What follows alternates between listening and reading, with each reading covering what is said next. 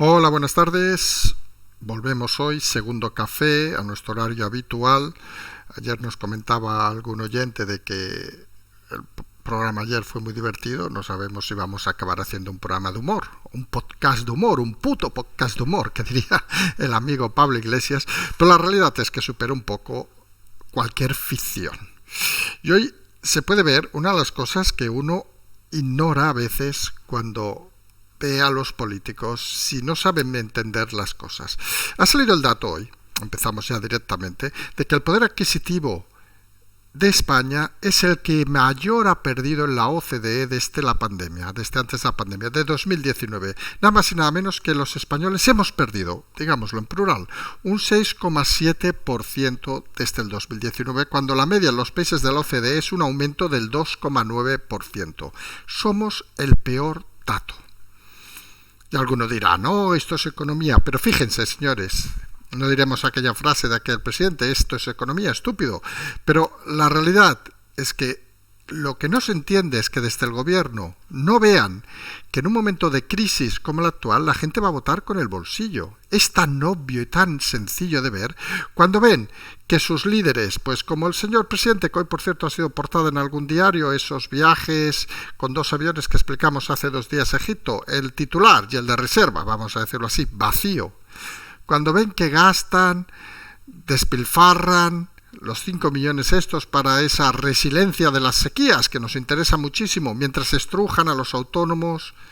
Cuando ven que quieren incumplir sentencias como la de los ERES, aunque veremos en breve a Griñán en la cárcel, etcétera, etcétera, etcétera, cuando pactan con aquellos que les pegaban tiros en la cabeza, hombre, son temas importantes, vamos a decirlo, pero todavía tienen su fuerza. Al final lo que moviliza el voto es el bolsillo, y eso la política jamás debe olvidarlo.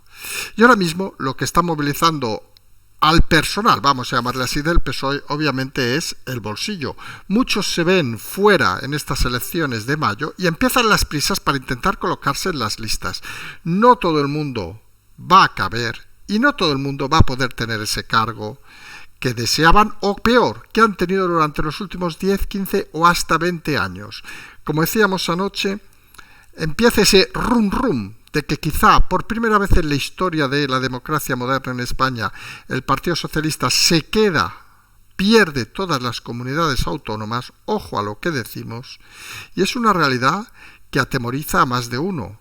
Porque no es el hecho en sí de perderlas o no, sino es el hecho de tener que abandonar la política, y más en un periodo de crisis, y más en un periodo donde los grandes sueldos no van a ser para estos parásitos de la vida pública. Digámoslo así de claro. No solo hablamos del PSOE, obviamente. Ustedes imagínense, que lo hemos estado comentando estos días, ese desliz que tuvo alguien de la Ejecutiva de Ciudadanos diciendo que Inés Arrimadas cobra 160.000 euros al año. ¿Quién puñetas va a pagarle eso a la señora Arrimadas? Dejaremos un segundito luego, última hora, para hablar de la señora Arrimadas y de su inmediata, parece, plasmación de la derrota. Porque en el PSOE las cosas van mal, mientras que en el PP algunas empiezan a acelerar. Hablamos obviamente de Ayuso, que ve el momento de la salida de Feijóo a irse a hacer las Américas. Parece que los asesores no acaban de entender de que esto va de política española, para lanzar sus cositas, vamos a decirlo así. La mano larga de su equipo, de Miguel Ángel Rodríguez, se nota en estos aspectos. Y lo que debería ser algo que creemos nosotros desde el equipo de Feijóo debieran aprovechar para subirse a la ola de Ayuso, pues se está convirtiendo en un momento de ira y de miedo.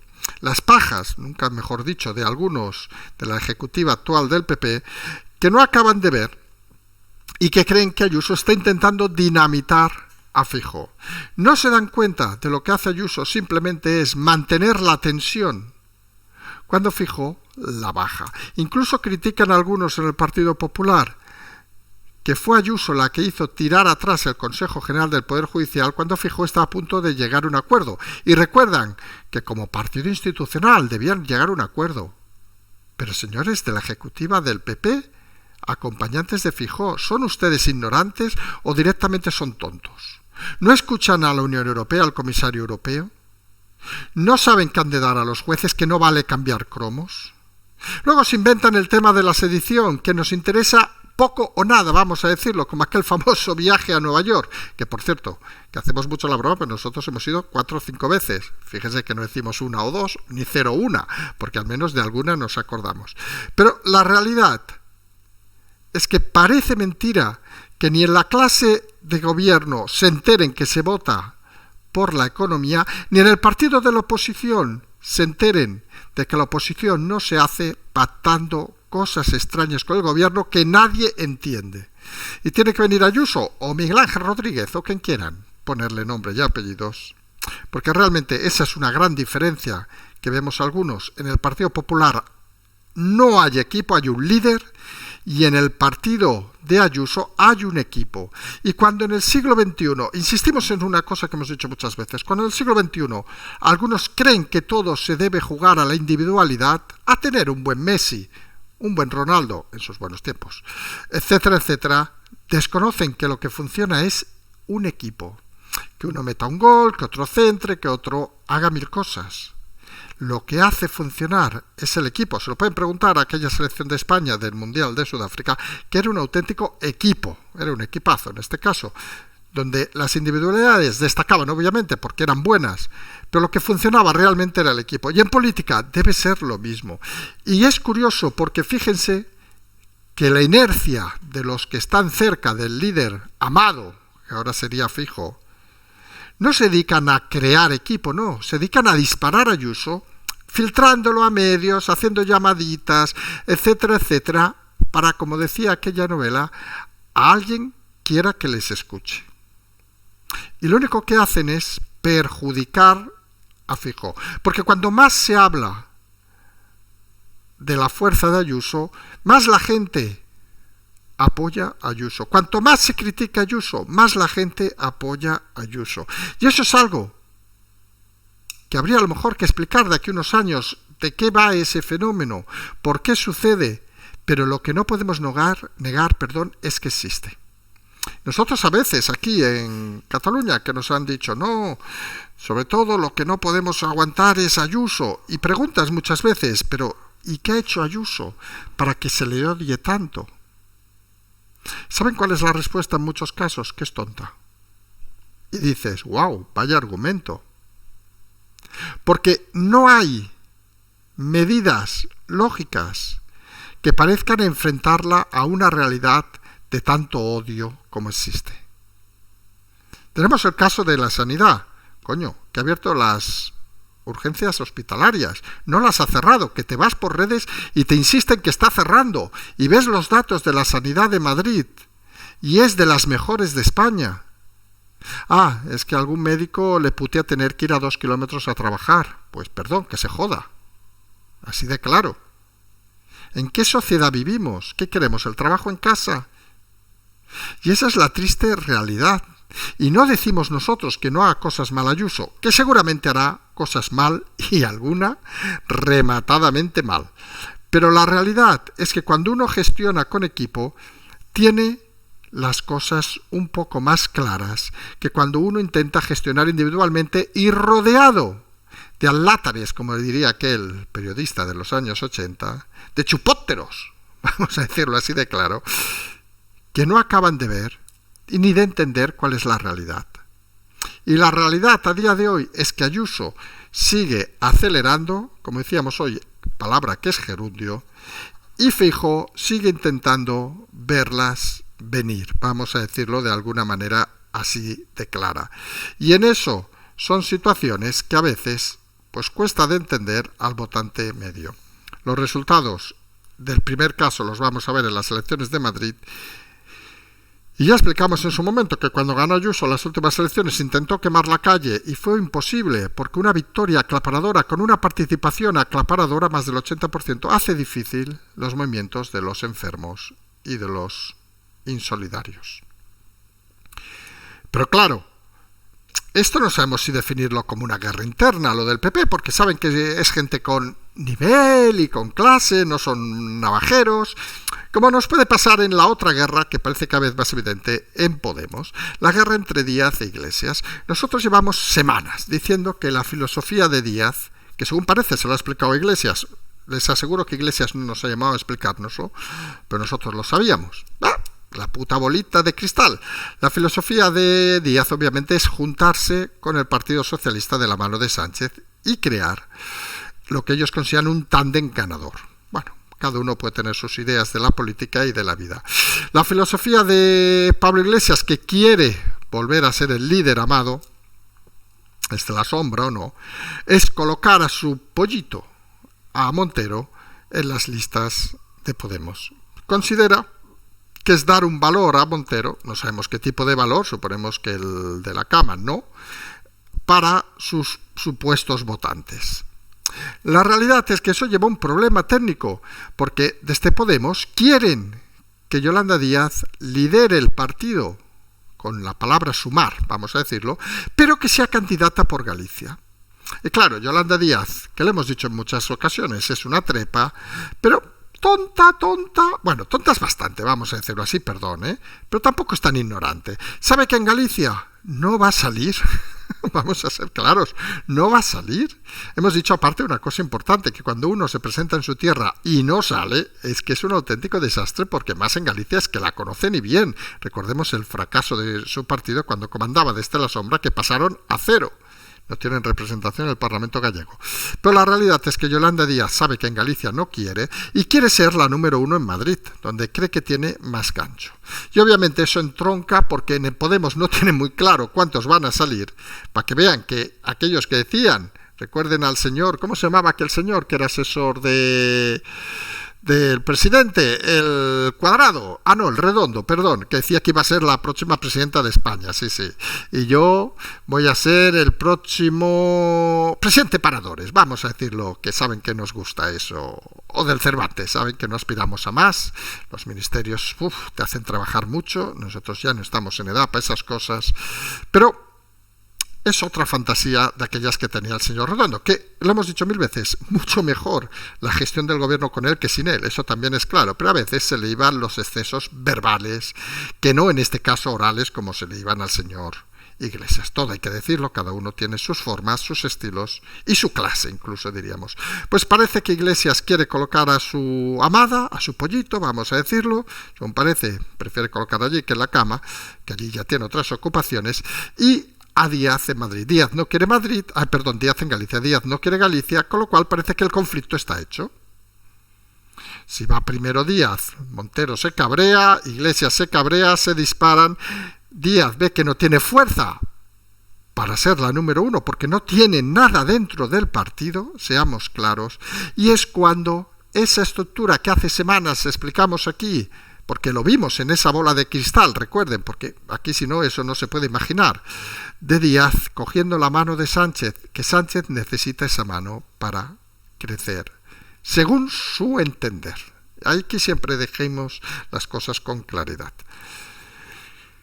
Y obviamente hay otros partidos donde parece que las cosas, para que vean que pueden ser divertidas. Y tenemos esa gira que está haciendo Macarena Olona, que ya hemos dicho desde ayer que se va a disipar como la niebla. Como la niebla en invierno no, puede ser como la niebla en Lleida o en algunas zonas del norte de España, que acaba aguantando todo el día y que hace frío, mucho frío, saben que fuera hace mucho frío, pero creemos que será más bien esa niebla que se le irá llevando el viento poquito a poquito.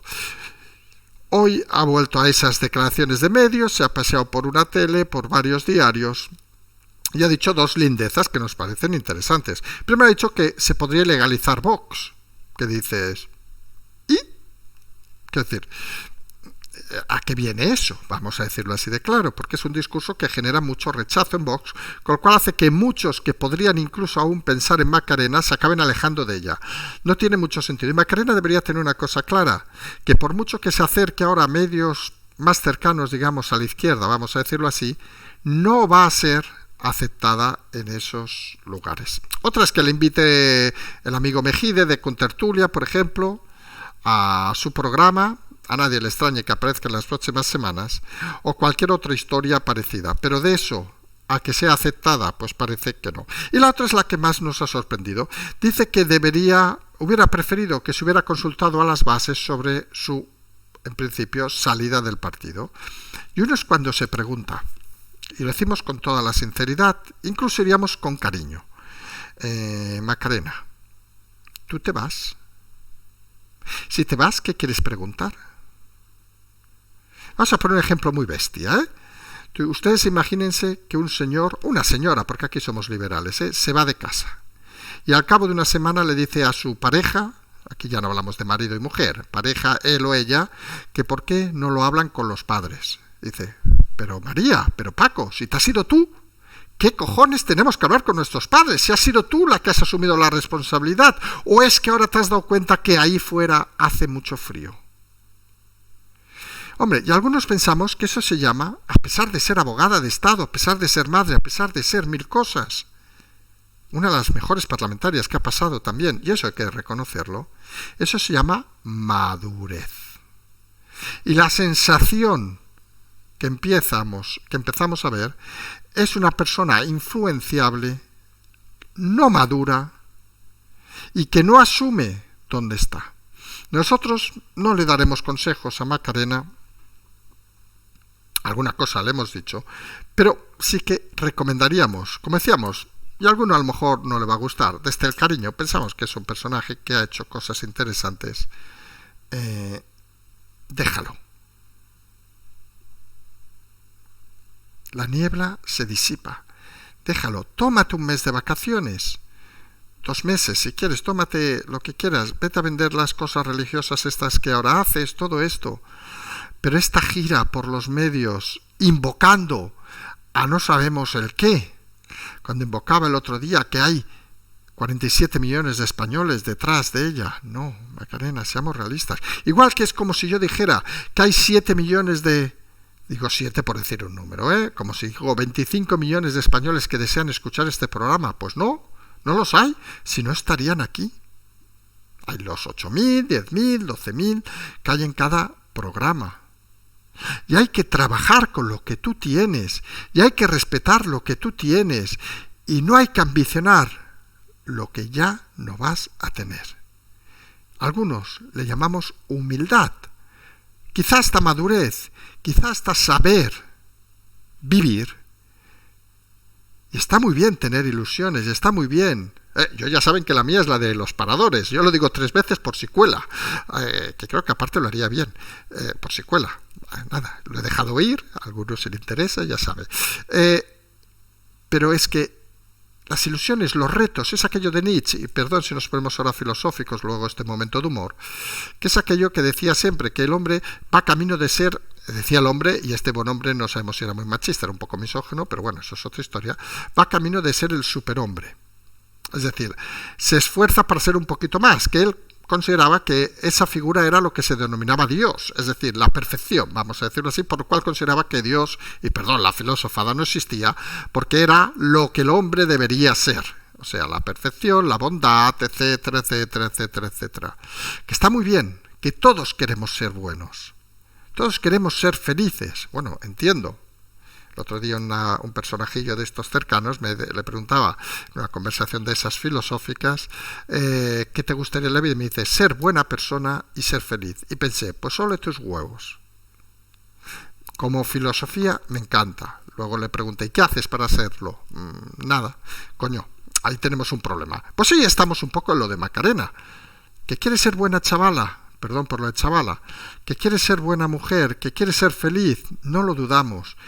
Pero por estos caminos imbrincados que se está metiendo, ni va a ser buena chavala, ni va a parecerlo, ni va a ser feliz.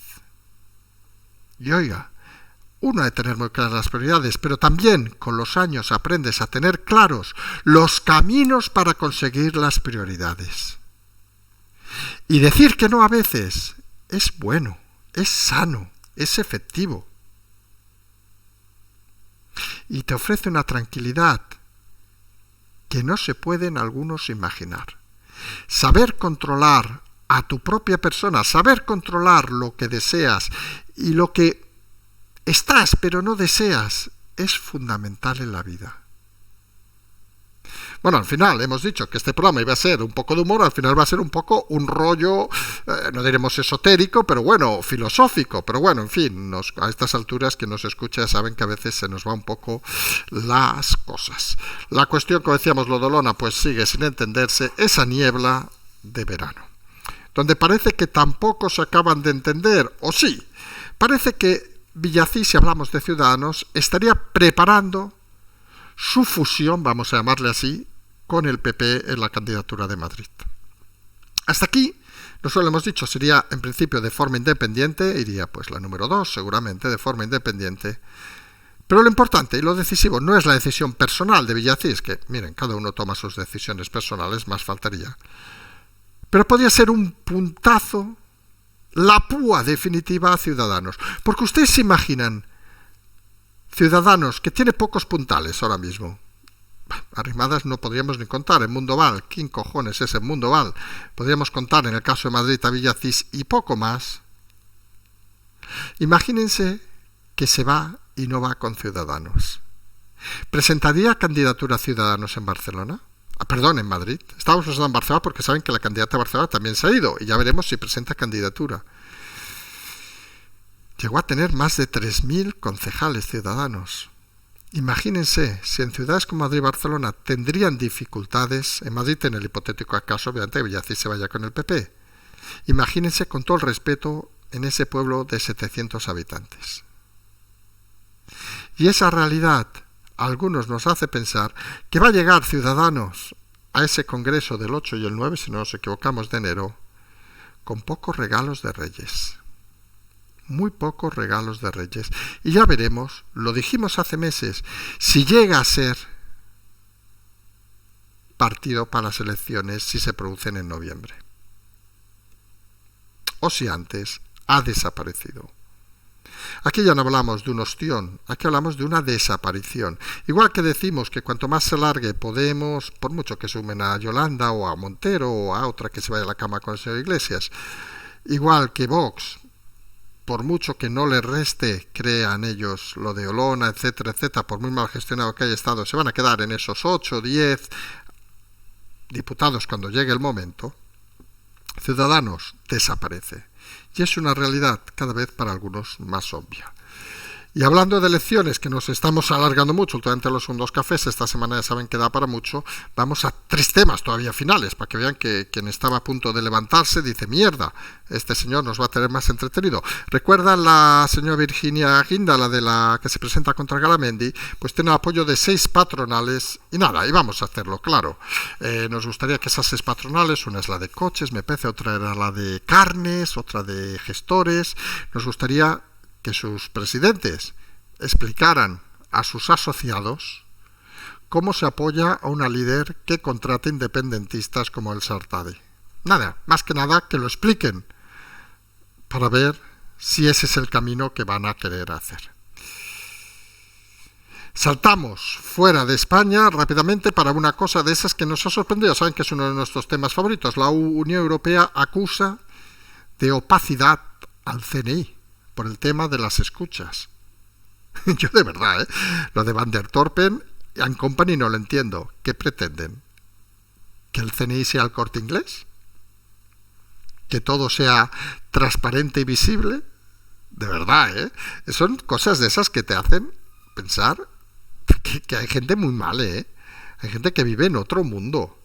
Y nosotros, y lo hemos dicho en alguna ocasión, en muchos lugares, vamos a dejarlo ahí, somos de los que creemos que el CNI debería apostar por una comunicación mejor, como hacen otras agencias. Hablamos de la Central de Inteligencia Americana, como hace incluso el MI6 o como hace alguna otra, incluso en Francia, incluso en Israel.